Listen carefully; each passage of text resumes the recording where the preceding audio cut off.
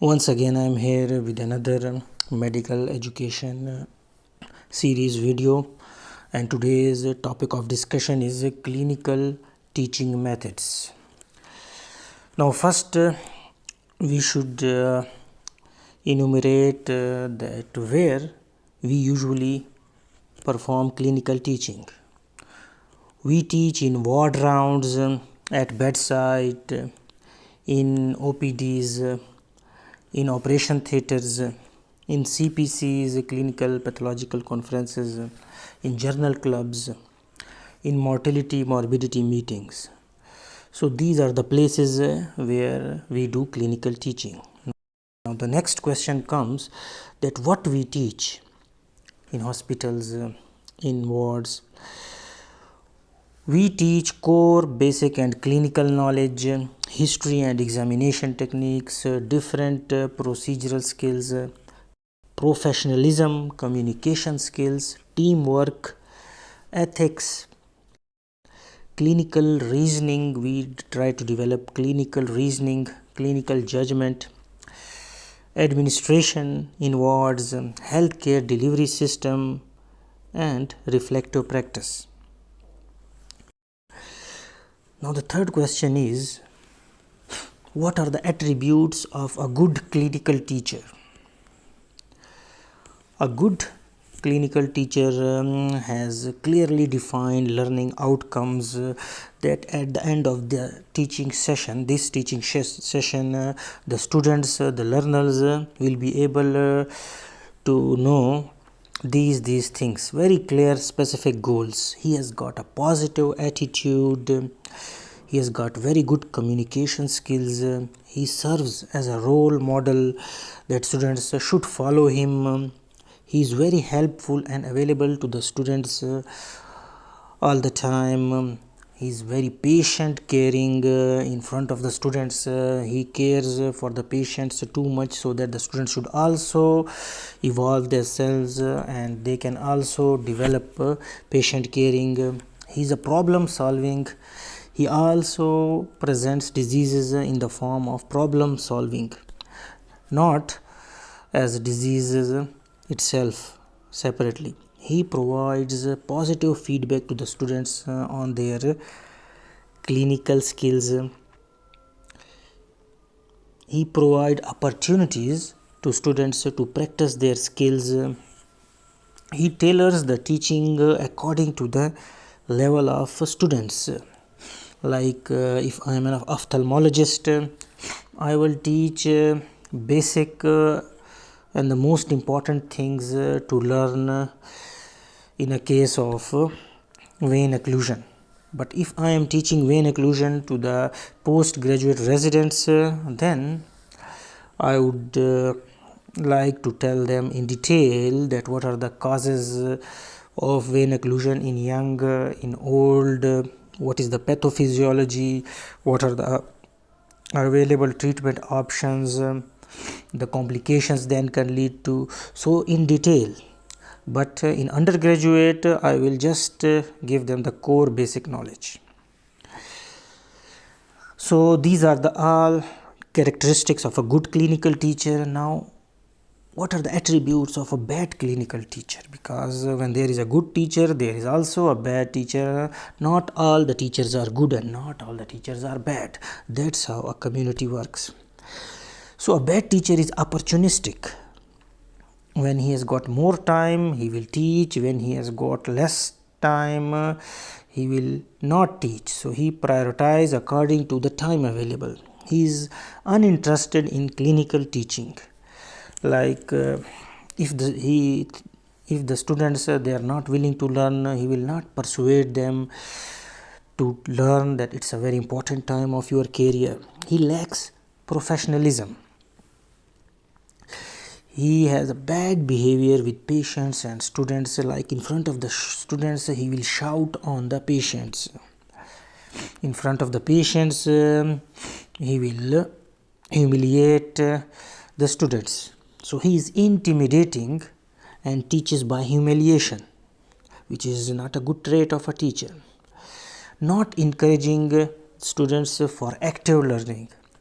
Nowadays we are promoting the active learning. The students are actively engaged in the process of learning. So a good teacher encourages the students to participate in active learning. A bad teacher will not encourage them for active learning, and he will always teach disease oriented methods. He will give inadequate feedback to the students on their clinical skills, and if he gives feedback, he will always give a negative feedback. He will never appreciate a student if he tells a very important or if he diagnoses a very difficult disease. But if he misses a very rare disease, he will try to tell him that you are not a good student and you are not able to diagnose this.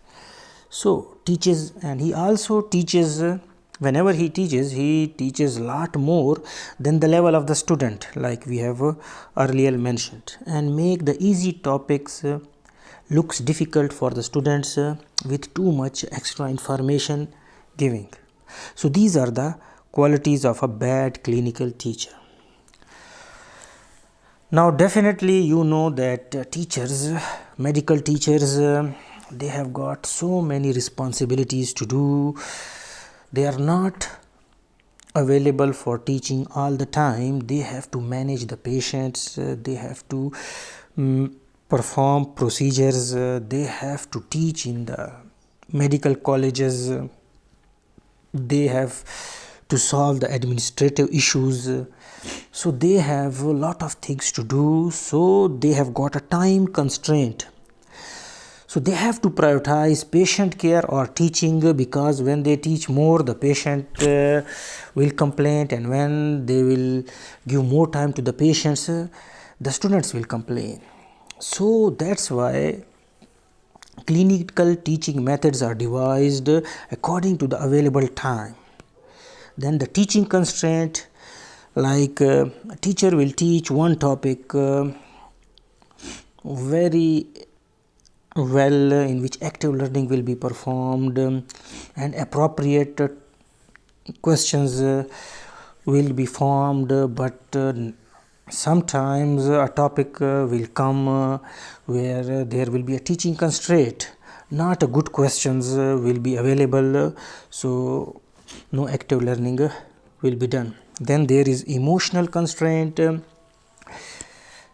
It can interaction with the patients and student if a teacher has got type A personality or he is very emotional. So emotions do play a part in clinical teaching